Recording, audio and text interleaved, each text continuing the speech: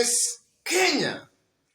Tamu sana, tamu sana, tamu sana, yes, tamu sana. Some few hours ago, Professor Kivutha Kibwana responded to Kalonzo Musyoka. We know earlier today, Kalonzo Musyoka issued a press statement. And in that press statement, Kalonzo Musyoka called upon Raila Odinga to start some fresh negotiations, if at all he is to join Azimio. And then in that negotiation, Kalonzo wants his 2017 pre-election agreement with Raila Odinga to also be part of that deal. In short, Kalonzo was just calling upon Raila Odinga to support him for the presidency. And Professor Kivutha Kibwana has actually answered Kalonzo. Standard Digital. Article 3 and 4 of the agreement would not have been implemented since Raila did not win the election and could not serve one term so as to pave way for Kalonzo or any other NASA principal. Kivutha Kibwana. The good professor is just trying to tell Kalonzo that what is asking of Raila Odinga is something that is not anchored anywhere in law, or rather it's something that is technically not possible. But I don't want us to dwell more on that. In this video, I want us to understand in clear terms why is Kalonzo issuing fresh demands to Raila Odinga.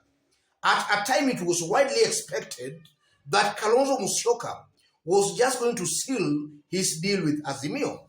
That's exactly what I want us to find out in this video.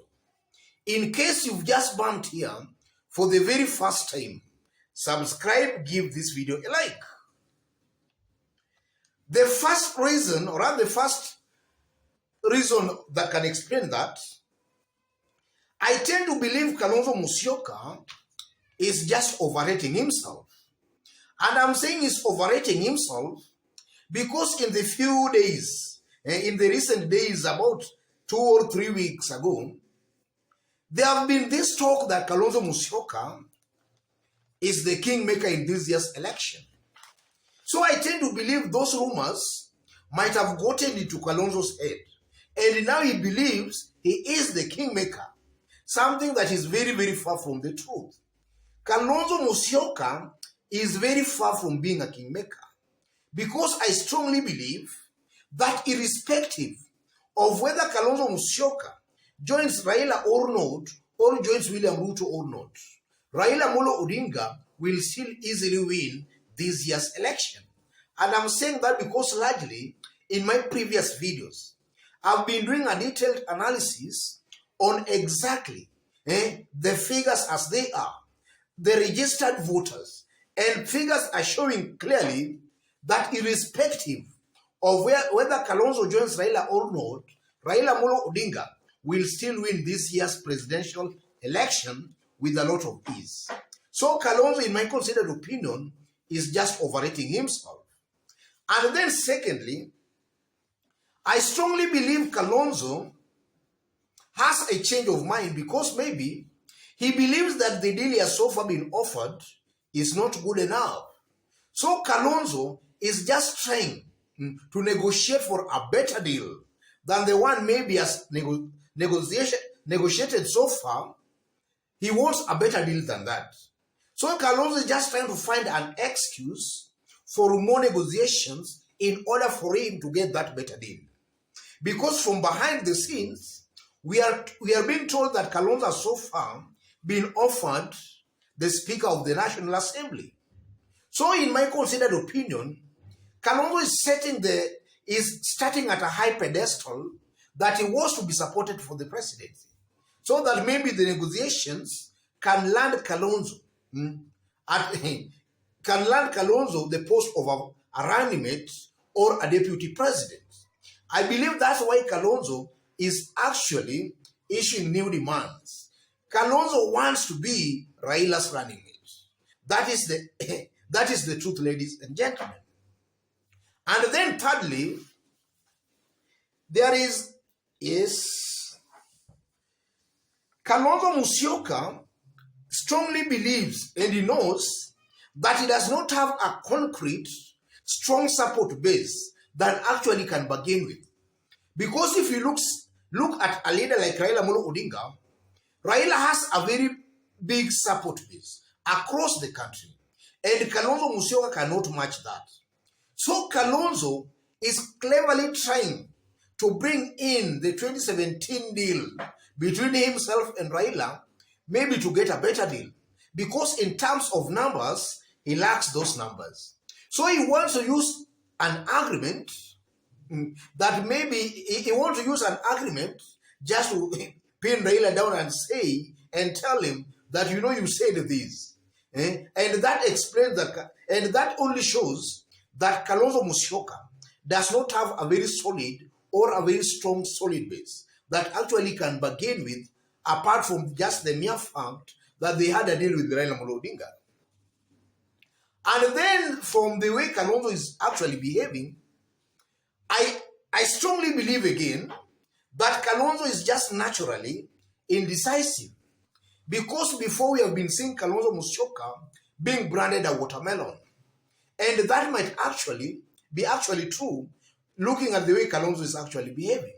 Kalonzo is coming out as a leader who is undecisive, a leader who cannot make his decision. So Kalonzo, that might be his natural behavior anyway. Having said all that, ladies and gentlemen, I strongly believe, just as I did state in our earlier video, the Azimio team should actually not bother much answering Kalonzo Musyoka. In fact, from where I sit, and I'm repeating this, the Oka Brigade should just ignore Kalonzo Musyoka. Let them just ignore Kalonzo. Let Kalonzo issue his demands, and let Kalonzo say anything he wants to say.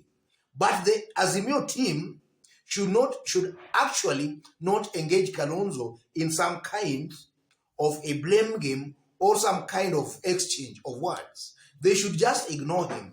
And I know if they do that, then the kind of a mileage Kalonzo is trying to maybe get or to attract, by now saying that Raila should support him for the presidency, Kalonzo will just come back to his senses and will actually realize that Raila cannot support him for the presidency because it's all about the ground support. Raila has that support. Kalonzo does not have that support. So this team of Azimio should just ignore Kalonzo Musyoka.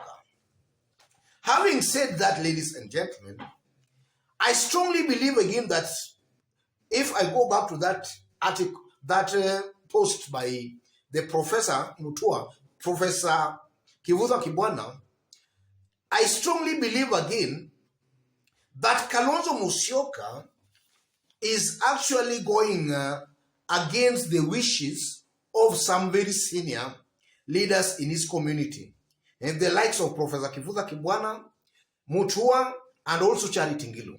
And from where I sit, these leaders will be used very effectively to deny Kalonzo Musyoka some very good votes in Ukambani.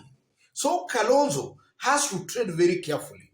If he continues in this trajectory is actually going, then most likely in the coming weeks, Kalonzo's value shall have gone down. His value shall have gone down. As of now, I know his rating is high, but if he continues on that trajectory, if he prolongs the negotiations for too long, then his value will actually diminish. And even maybe the position is being offered now, he might not even be lucky to get that position. Otherwise, ladies and gentlemen, just as I did indicate when we were starting, in case you've bumped here for the very first time, kindly subscribe, give this video a like. And to those who are watching us outside Kenya for the very first time, drop a comment, let us know from which part of the globe you are watching us from. And if possible again, subscribe, give this video a like. And to our fans, our subscribers here, I'm very much humbled, very grateful for the kind of support you are giving me here. God bless you. God bless Kenya. Tamu sana, yes, tamu sana.